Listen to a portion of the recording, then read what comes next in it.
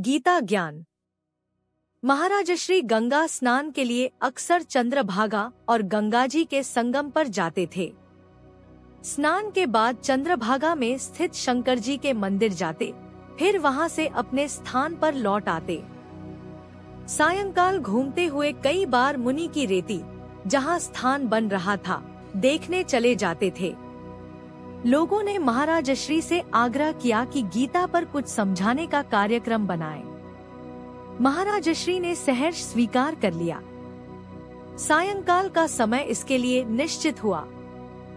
महाराज श्री ने कहा, गीता इतना महान एवं गूढ़ ग्रंथ है कि उसके यथार्थ को समझना समझाना सरल कार्य नहीं। इसका प्रयोजन क्या है? इसका सिद्धांत एवं साधना प्रणाली क्या है? इस पर विभिन्न विद्वानों ने अपने अपने अर्थ निकाले हैं तथा उसके आधार पर कई तरह की टीकाएं लिखी हैं। जितनी टीकाएं विभिन्न भाषाओं में गीता पर लिखी गई हैं, अन्य किसी ग्रंथ पर नहीं। जहां एक और आदि शंकराचार्य इसे अद्वैतपरक ज्ञान प्रधान ग्रंथ मानते हैं, वहीं दूसरी ओर भक्ति के आचार्य इसे भावना तथा प्रेम प्रधान ग्रंथ की संज्ञा देते हैं। गुरु भक्त विद्वान इसे गुरु शिष्य संबंध को उजागर करने वाला ग्रंथ मानते हैं। तिलक महाराज की दृष्टि में गीता का प्रतिपाद्य विषय कर्मयोग है। 6 से 9 अध्याय के अध्ययन से ऐसा प्रतीत होता है कि गीता में मुख्यतः योग का विषय समझाया गया है। शक्तिपात मार्गीय इसे शक्तिपात का ग्रंथ मान्य करते हैं तथा राजविद्या राजगुह्य को शक्तिपात का ही साधन बताते हैं। भाव यह है कि गीता के अंदर इतना कुछ भरा है कि जिसको जो चाहिए वही मिल जाता है। गीता एक ऐसा ग्रंथ है जिसने विषाद को भी योग का रूप दे दिया है। विषाद में तो मन दुखी होता है, फिर उसमें योग कैसा? यही तो गीता की खूबी है। गीता की विशेषता यह है कि जहाँ प्रायः ग्रंथ तथा सिद्धांत विषाद से निकलने का उपाय विषाद छोड़ना बताते हैं, वहीं गीता विषाद त्याग के लिए विषाद को ही आधार बनाती है। किसी बाधा को पार करने के लिए बाधा को भी तो आधार बनाया जा सकता है। ऊंचा पर्वत किसी का मार्ग रोके खड़ा है, तो उसी पर्वत पर चढ़कर ही उसे पार किया जाता है। जो विघ्न बना हुआ था, वही विघ्न पार करने के लिए सहायक बन गया। समुद्र पार करने के लिए नाव समुद्र के जल का आधार लेकर ही आगे बढ़ती है। इसी प्रकार यदि जगत का त्याग करना चाहते हो तो जगत से भागना नहीं, जगत में कूद पड़ो, उसे तैर कर पार करो। जगत त्याग का मार्ग जगत के बीच में से होकर ही जाता है। शत्रु से लड़ने के लिए शत्रु की आवश्यकता होती है। शत्रु यदि सामने युद्ध में न हो तो मारा कैसे जाएगा? आप युद्ध छोड़कर भाग जाओगे तो शत्रु कैसे भगाओगे? कौन मारेगा, कौन भगाएगा? यदि कोई जगत को ही जगत से पार जाने का माध्यम या आधार बना लेता है तो जगत बाधक नहीं साधक हो जाता है, मार्ग हो जाता है। यही विषाद योग का आधार है, जिस पर सारा गीता ज्ञान खड़ा है। गीता का भक्ति मार्ग भगवान के सामने घंटे घड़ियाल बजाने या व्रत उपवास करने का मार्ग नहीं, अपितु जगत में इस तरह रहना है कि आप जगत से प्रभावित नहीं तथा जगत आपके व्यवहार से प्रभावित नहीं हो। गीता का कर्मयोग केवल कर्म करने का नाम नहीं है, कर्म करते हुए भी अकर्मी बने रहना कर्मयोग है। धर्म या कर्तव्य के पालन में मोह, लोभ, भ्रांति या ईर्ष्या द्वेषादि को बाधा नहीं बनने देना ही कर्मयोग है। कर्म द्वारा कर्म बंधन से मुक्त होना ही कर्मयोग है। गीता का ज्ञान मार्ग केवल शास्त्र के पन्ने उलटते रहने का ही नाम नहीं है। केवल वाद विवाद में पड़े रहना तथा नित्य नए सिद्धांतों को घड़ते रहने का नाम ही ज्ञान योग नहीं है। ज्ञान अंतर से उदय होता है। जब तक भ्रम है तब तक कितना भी शास्त्र ज्ञान संचय करो, कोई लाभ नहीं। ज्ञान के लक्षण आपके व्यवहार में प्रकट होने चाहिए। ज्ञान जगत में चारों दिशाओं में फैला हुआ है, किंतु भ्रम के कारण अज्ञान की ही प्रतीति हो रही है। जगत यदि किसी के चित्त में अज्ञान का कारण बनता है तो वही अज्ञान को हटाकर ज्ञान का प्रकाशक भी है। गीता को समझने के लिए विक्षेप तथा विषाद के अंतर को समझना आवश्यक है, क्योंकि भगवान ने विषाद को आधार बनाया है, विक्षेप को नहीं। चित्त की विक्षिप्त अवस्था में मन जगत के विषयों तथा सुख सुविधाओं के लिए दुखी होकर चंचल हो जाता है। काम, क्रोध, लोभ तथा अभिमान स्वार्थ तात्कालिक कारण बनते हैं। चित्त में रजोगुण तथा तमोगुण का प्रभाव होता है। मन जगत विषयों में उड़ता फिरता है। जब विषय प्राप्त नहीं होते अथवा प्राप्त होकर उनके वियोग की संभावना समक्ष आ खड़ी होती है तो मन विक्षिप्त हो जाता है। ऐसा मन गीता ज्ञान को प्राप्त करने के लिए अनुपयुक्त होता है। परंतु अर्जुन का मन विक्षिप्त नहीं था, विषादयुक्त था, अर्थात सत्वगुण प्रधान था। वह जगत के भोगों के लिए लालायित नहीं था। यदि होता तो झट अपने सगे संबंधियों को मारने के लिए तैयार हो जाता, किंतु ऐसा नहीं हुआ। भले ही अर्जुन के मन में अपनों के लिए मोह उत्पन्न हो गया था, किंतु वह मोह एक वैराग्ययुक्त चित्त का मोह था, विषयों से आसक्त मन का नहीं। इसीलिए अर्जुन के मुंह से निकला, हस्तिनापुर का राज्य तो क्या, मुझे तीनों लोकों का राज्य भी मिले तो भी मैं इनका वध नहीं करूंगा। ये लोग मुझे निःशस्त्र देखकर मेरा वध भी कर डालें, किंतु मैं इन्हें नहीं मारूंगा। यदि युद्ध क्षेत्र से विमुख होकर भाग जाने पर मुझे कायर कहकर निंदा करें तो उसे भी सहन कर लूंगा। वन में जाकर भिक्षा मांगते हुए तपस्या करना स्वीकार है, किंतु इनसे युद्ध नहीं करूंगा। यह सब बातें मन का वैराग्य ही दर्शाती हैं। चित्त की ऐसी अवस्था होने पर ही भगवान कृष्ण जैसे गुरु की प्राप्ति होती है, जो अपनी ज्ञान रूपी खड्ग से शिष्य के मोहरूपी बंधन को काट फेंकते हैं।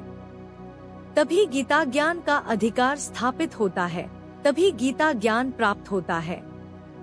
आज गुरु शिष्य संबंध काफी विकृत हो गया है। न अर्जुन जैसे शिष्य ही देखने को मिलते हैं, न भगवान कृष्ण जैसे गुरु ही उपलब्ध हैं।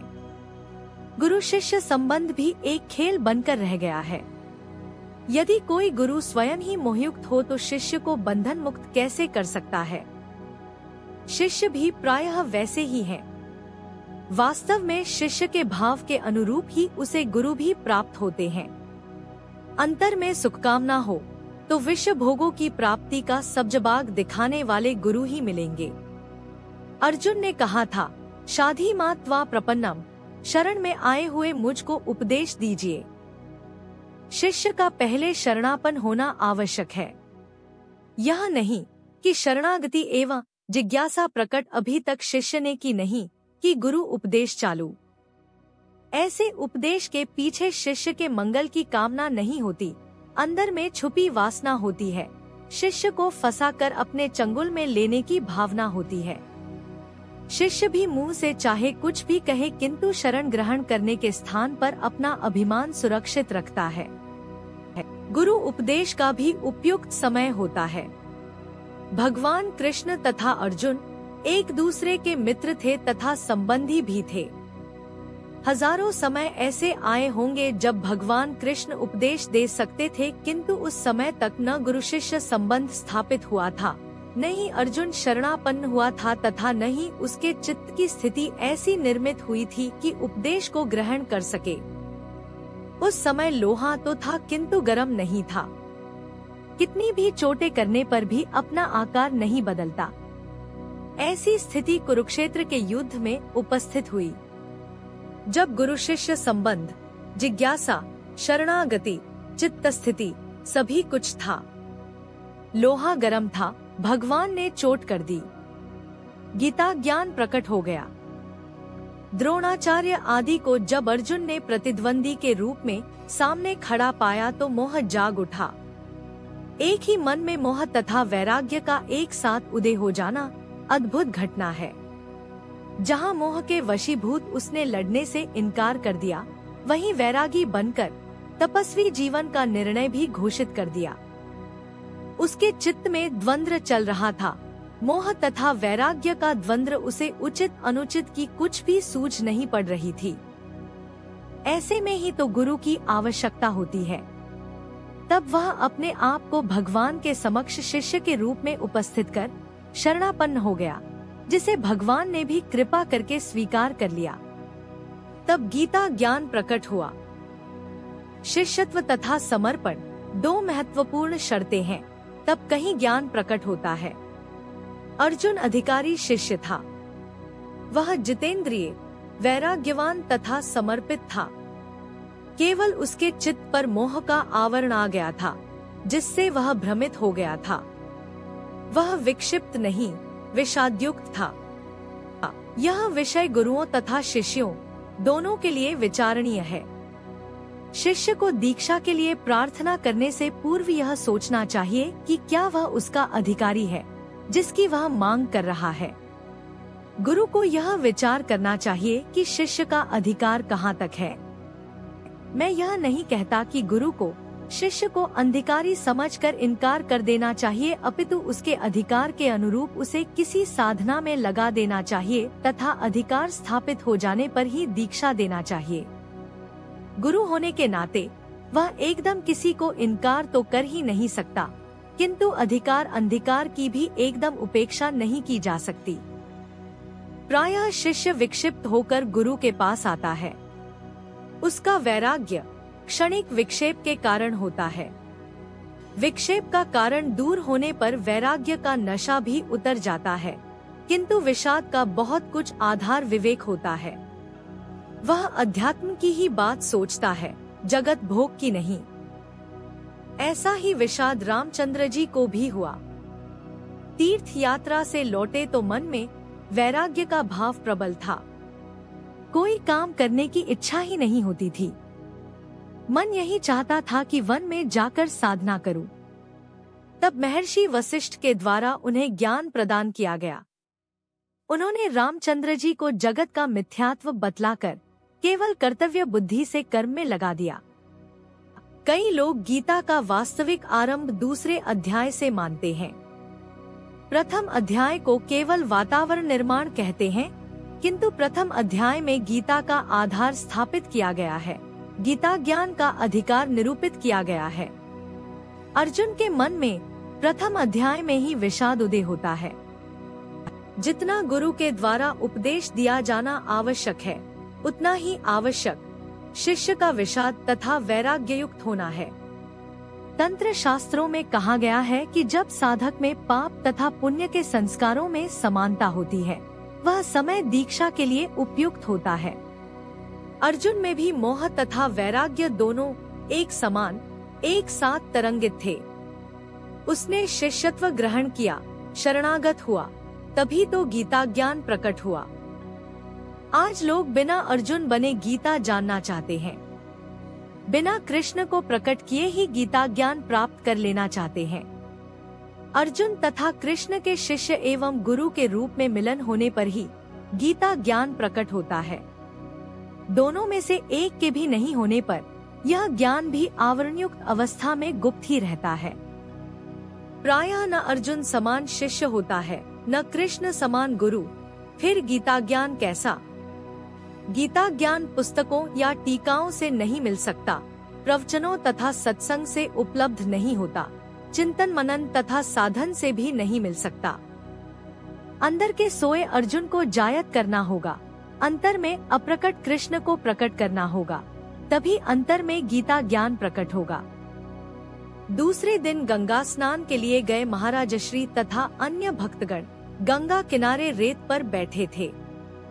किसी ने प्रश्न किया, एक समय एक ही भाव मन में उदय हो सकता है, या क्रोध होगा या प्रेम, या उदारता होगी या संकुचितता, या विवेक होगा अथवा मोह? दोनों भाव एक साथ कैसे हो सकते हैं? उत्तर, हो सकते हैं। यदि एक ही भाव मन में हो तब तो कोई बात नहीं, किंतु आप सबका अनुभव है कि कई बार आप दुविधा में पड़ जाते हैं। दुविधा का अर्थ ही है दो भावों का मन में एक साथ उदय होना। तब आपको समझ नहीं आती कि कौन से भाव को अपनाऊं। जगत की ओर जाना ठीक है कि अध्यात्म की ओर जाना उचित है? आप इस स्थिति को ऐसे व्यक्त करते हैं कि एक मन यह कहता है, दूसरा मन वह कहता है, जबकि मन एक ही है। जिसमें दो भाव एक साथ उदय हो गए हैं। दुविधा में पड़े व्यक्ति को ही मार्गदर्शक की आवश्यकता होती है। जब मन में पाप तथा पुण्य का द्वंद्व चल रहा हो, वही समय दीक्षा के लिए उपयुक्त होता है। जगत व्यवहार में भी कई बार मनुष्य दुविधा ग्रसित हो जाता है तथा अध्यात्म में भी। एक ओर जगत खींचता है तो दूसरी ओर अध्यात्म आकर्षित करता है। कई बार ऐसा भी होता है कि मनुष्य जाना तो अध्यात्म की ओर चाहता है, किंतु अपने कर्तव्य का निर्णय नहीं कर पाता, क्योंकि आसक्ति छद्मवेश में विवेक का आवरण ओढ़ कर भ्रमित करती रहती है। प्रश्न दुविधा तो समाप्त हो ही जाती है, इधर या उधर कुछ तो मन निर्णय ले ही लेता है। इसमें समस्या की क्या बात है? उत्तर, समस्या उचित तथा कल्याणकारी निर्णय की है। मन अनुचित निर्णय भी ले सकता है, जबकि साधक यह चाहता है कि उसे ऐसा निर्णय लेने में कोई सहायता करे जो उसे अध्यात्म की ओर आगे ले जाए। साधक की समस्या यह है कि वह जाना तो अध्यात्म की ओर चाहता है, किंतु बीच बीच में मोह उत्पन्न होकर दिशा बदलने का प्रयत्न करता है। अर्जुन को सुखभोग की चाह नहीं थी, वैराग्यवान था, प्रेय उसका मार्ग नहीं था, फिर भी बंधु जन उसे प्रिय थे। मोह ने उसकी इसी दुर्बलता का लाभ उठाया। अर्जुन मोह ग्रसित हो गया, दुविधा में पड़ गया।